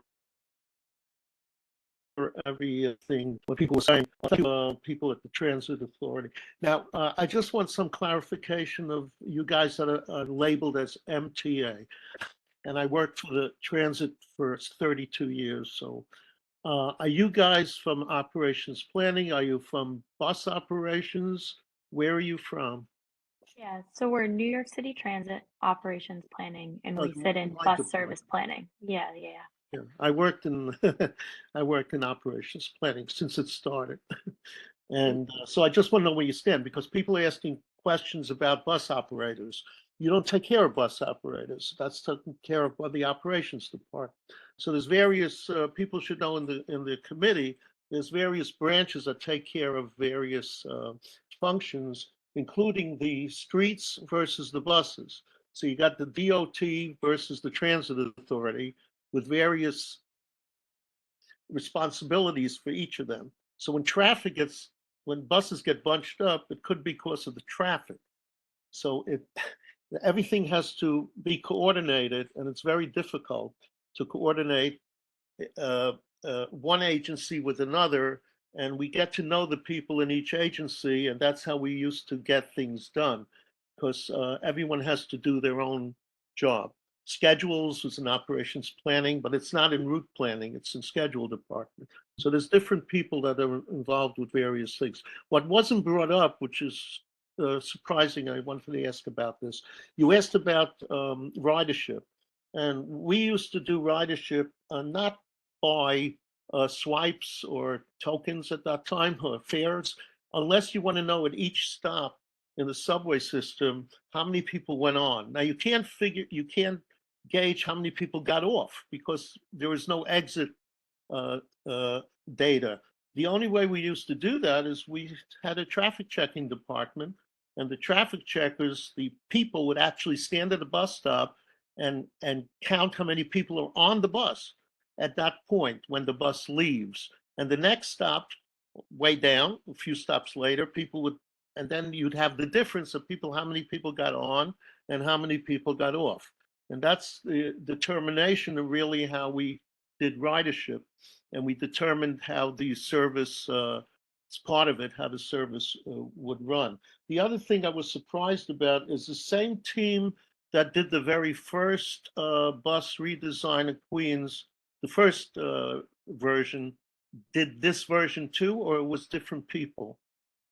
Is it the same? I could take that part. Oh, yeah. So since you've, Herb, I have seen your name before. Since you've left, we've gone through one major transformation. And even though we still have the bus company and transit, all of ops planning is now kind of in one house. And they're all under the same leadership. Schedules have been combined. We still do the routes separately. And guys, we're getting way in the weeds here, so forgive me for a second. But at the same time, we still do have our schedules, our road ops, everything like that. I will say that given the state of the world in the course of the last 5 years, we have had some pretty big changeovers in our team. But we still have folks who are involved. So Tori and Matt and Andre have joined us since the first plan came out. They came on board towards the end of our new draft planned outreach in 21-22. But this is what they're doing all the time. This is their project. They have become expert in Queens. We still have some of the more senior management that was involved in the development of the plans, going back to the beginning of the project. But it's actually pretty hard to keep really talented young planners in civil service, as you probably remember. Yeah, it's not like it used to be. The reason I asked that is really because of the way it's it ended up. It's almost like the whole object in the beginning, the whole idea of having, like, we had 5 different bus companies. We had the Triborough Coach and Queen Surface, and we had Green Bus, and we had Jamaica buses. And this exercise in the beginning was how to combine different routes from different companies in a better way. They were kept separate. The Q10 was Green Bus, so it didn't align with another bus that might, Q64 was Queen Surface. But then in your first plan, you actually had some ideas, which Pedro mentioned about the Q73, that kind of brought pieces of bus lines together, matched with ridership, which is what we used to do with the subway also, matching the north end with the south end rather than having a low ridership match with a high ridership. I'm going to have to interrupt because we're approaching 9 o'clock. Do you have a specific question? I'm just saying I'm saying would agree to have you come in and visit the crew and have a coffee. And then you can report back to us, because actually I love this stuff, but we're almost at 9 o'clock. But if you have a specific question about this plan. My question was about the ridership, and don't you do ridership checks with people standing at the bus stop? Traffic check. Yes, we still have traffic checking, and it is a part of that process. Okay, because Heather had that question, but that wasn't one of the answers. Yeah. Okay. It's a combination, so schedules, MetroCard, APC, traffic checkers. So we say that there's a lot that goes into it because we want to mirror the hard data and the ANIC data. That's what I'm saying. It's a lot of everything. Thanks a lot. Appreciate it. Awesome. Okay, our last 2 questions are going to be from Richard, then Pedro. Gentlemen, 1 question each, so pick your best. Richard, you're up. Okay, thank you. Some of the people on the committee feel differently than I do about this, but I'm personally against drivers being forced to pay with congestion pricing for MTA needs. And so my question is, this came up a little bit, I think, in a couple other questions about fare beaters. What is the MTA doing to make sure that you collect fares on the buses so that the burden for the cost of running MTA isn't passed on to other folks. Thank you. It's a multi-pronged problem with a multi-pronged approach. We are working with PD. We have bus and subway and rail are utilizing different tactics because they have different ways of accessing the system. On bus, one of the more successful things we've redone recently is to retrain our Eagle team enforcement squad, who have historically only enforced fares on the select bus service routes with the off-board fare collection machines. They have been retrained and are being redeployed onto local bus, especially at areas of targeted, high rates of fare evasion. They start with a public education campaign. They move up, in terms of escalation based on their interactions with customers. But the first plank there is supposed to be, why didn't you pay your fare? Not here's $100 ticket. And then we had our blue ribbon panel that was impaneled and came up with recommendations, and our board is slowly working through those recommendations and bringing more things into practice. But it continues to be an issue. Our fare-free bus pilot is, testing what bus might be like in certain communities if there weren't fares, which is, having some different effects in the system. So we're trying different ways of identifying where the problems are and then applying different strategies to, try to help folks buy back into the social compact. We do need folks to pay their fare and to pay their fair share so that we can provide the level of service that you all deserve. Great. Thank you, Kate. And I'm just going to say for the record, drivers don't come close to covering the cost of roads. We all pay for it, whether we have a car or not. And I say that also so that Pedro can now ask the question he was planning on, and he didn't have to say that himself. Pedro, yes. So I guess so you guys talked a lot about efficiency, and you want to make routes as free as possible, which I understand. But going back to the Q23, at the moment it takes this convoluted route west of the Gardens, then it hits multiple pain points. The first is Burns and Yellowstone. Second is Yellowstone and Austin. The third one is Austin from 70th Road until 71st Avenue. And then that's another pain point, and then eventually it goes on to 108th. Is there a reason, because there's been a lot of people that brought up this idea of moving the bus out of Austin and into Yellowstone and Queens Boulevard? Not that I agree with that idea, but I am curious if you have a specific reason why you are not doing that and you are keeping it on Austin Street. Yeah, so I can kind of answer that. I think we knew we were talking a lot about this route tonight. I'll say that I did not expect Austin Street to be the thing that everyone is so focused on. But it's good to hear that you guys also see that it's something that we really struggle with operationally as well. We did consider Yellowstone. We did consider 71st to Continental. Obviously, clearance is the issue there. And so we have heard of the problems on Yellowstone. This was considered, and one of our more senior planners, senior now manager, that Kate was referring to, that has been with us the length of the project, but also is, I don't know, a lifelong cleaning for the encyclopedia of the agency, the person that probably could give you a 20-minute, very detailed explanation for this. But yes, I think everyone has brought up a couple different options that the team really, really fought to try to see if it could work, and it just doesn't work. Through a combination of clearance, lane width, congestion not being any faster, taking us away from like where the high ridership stops are and where we're hearing that we want to have service on. I think because this is such a priority, it seems like still, which is great to hear from our perspective as well. This is certainly something that we can keep trying to fight for some change on. I think also, and this is apparent to anyone who lives around here or even takes the 23, we're just talking about the operational challenges on a non-event day or evening. Someone who loves the stadium, so I obviously take the 23 and see it on the event days as well. And I know it struggles through there as well, and we do a slight reroute, obviously given the road closures. But yes, there's operational challenges of the variety of why it's still on Austin, as well as that's where the commercial corridor is. That's where we're seeing the ridership demand and the request to be there at. So sorry, because you said a lot of things there.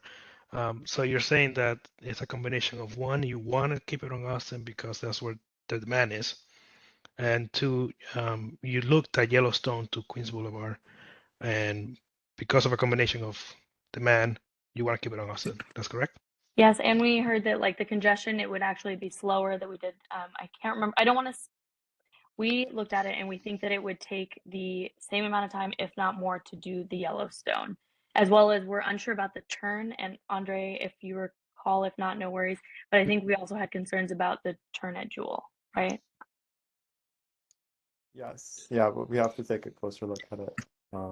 Yeah. I think that the street geometry there is just not ideal.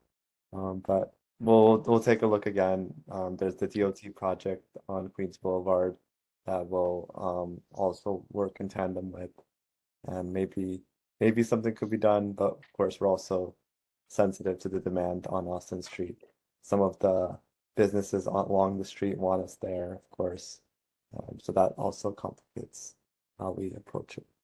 Do you all know that our board has requested that DOT conduct a study to evaluate ways to make Austin Street more pedestrian friendly, and that some of the ideas we've asked DOT to look at run the gamut from making it one way, pedestrianizing sections of it, making other changes. Possibly. Whether that study's out there, because if we can make sure that we can eliminate right hand, left hand issues tonight, that would be wonderful.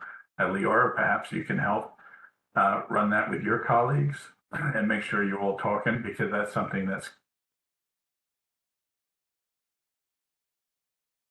I think, yeah. So to confirm, yes, I think we're aware of it. I think just like everything else, it's a matter of do they sync up in terms of timing and actually if both are going to go through. So certainly something that we can touch base on a more detailed scale from between MTA and DOT. Yeah.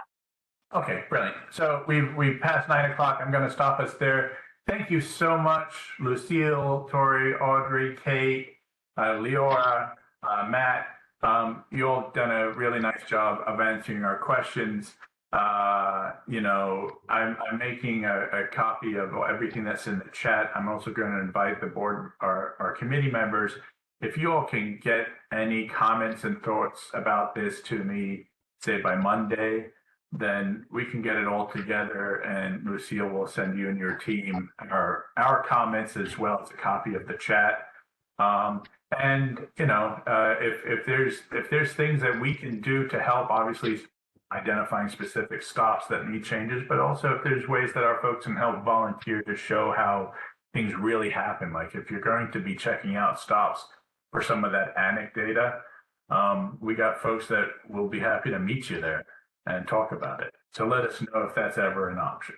We hear that, and we appreciate your enthusiasm. This has been such a great conversation tonight, and really, again, just really giving us the information that we need. And we look forward to seeing folks at your full board meeting, where we will be doing sort of a modified version of the presentation, just with the time constraints. But again, that will be another opportunity where CV6 members will be able to ask us questions and give us feedback. So we look forward to that meeting sometime in February. Okay, that's brilliant. Okay, great. Thank you very much, everybody. Feel free to go. Be well. Thank you very much. See you on the other side. Thank you. Thank you very much, Take everyone. care. Bye-bye. Thank you. Bye. Bye now.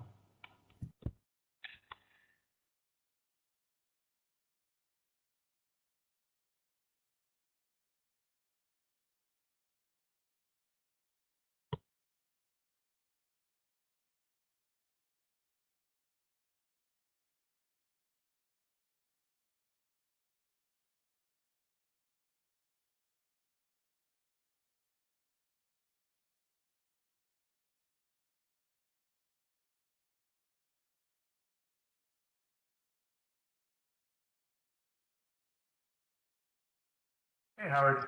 I was just making sure I had copied everything out of the chat before I got off. But All right, I see you next. I see you next Tuesday night on the venue. Have a good Yeah. week. See you then. Be well, man. You too. Bye bye. Good night. Yeah. Good night.